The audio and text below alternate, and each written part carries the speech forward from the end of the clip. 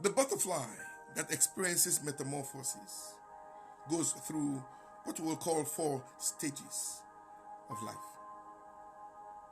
The first stage is the egg stage, in the time when the eggs are laid. The eggs hatch and they turn to become a larva. The larva is nothing but the caterpillar stage. And from the caterpillar stage, it enters into the pupa stage, which is the stage of the cocoon. And from the cocoon stage, it enters into the adult stage, which is the butterfly itself. It's a beautiful process, very beautiful, but it teaches clearly what the Lord will have us to understand in Romans chapter number 12, verse number 2, how transformation takes place. It is said that the caterpillar, which is the larva of the butterfly, is a very interesting state because it's an ugly state. It's a state in which the caterpillar does not in any way look like the butterfly. It's a complete direct opposite of what the butterfly actually is. The caterpillar creeps and crawls. Creeps and crawls. While the butterfly flies, never creeps, never crawls. And the caterpillar is such a parasite that it eats almost everything around it, especially green leaves and trees. It just keeps grubbing, eating, filling itself up with substance.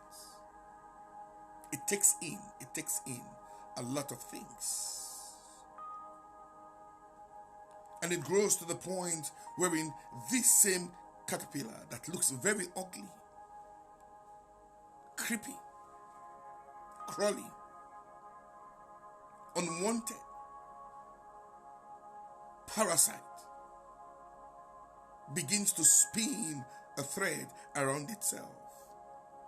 As it spins this thread around itself, it is preparing to move away from the caterpillar stage to the pupa stage, which is the stage of the cocoon. That stage of the cocoon is the stage of great separation. Yet it's the stage in which the change actually takes place. Changes don't take place when a man is in the midst of the crowd. No, changes take place when a man is separate and walks within himself. The caterpillar separates itself from, as it were, society and locks itself in a cocoon, And it's in that stage of the cocoon that transformation takes place.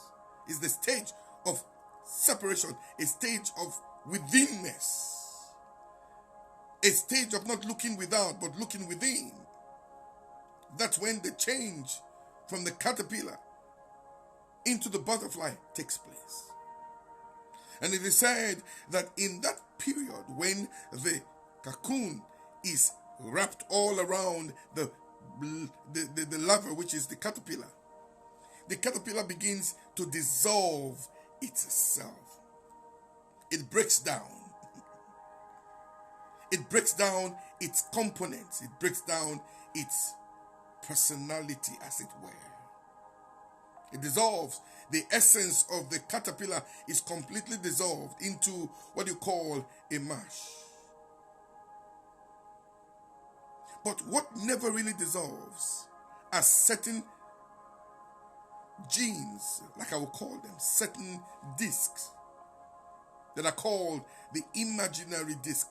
They are called the imaginary genes. And it is those imaginary genes that begin to form the butterfly. Everything dissolves but the imaginary genes, imaginary disc. It begins to form different parts of the butterfly as it creates, generates new body parts, new personalities. And within that cocoon, The one-time caterpillar is graciously, wonderfully, within itself transformed into a butterfly by imaginary disc. And here comes the beauty of it all. Once the transformation has taken place, the butterfly must of necessity struggle, wriggle itself out of the cocoon. For it's in its struggle to come out of the cocoon, it gains all the necessary strength to fly. The struggles of life are not against us.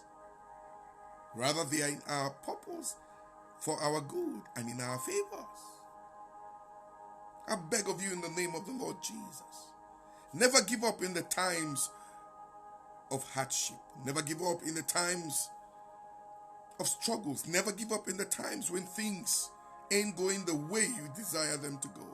It's all part of the plan and the process to strengthen you for the things you have to go through even tomorrow.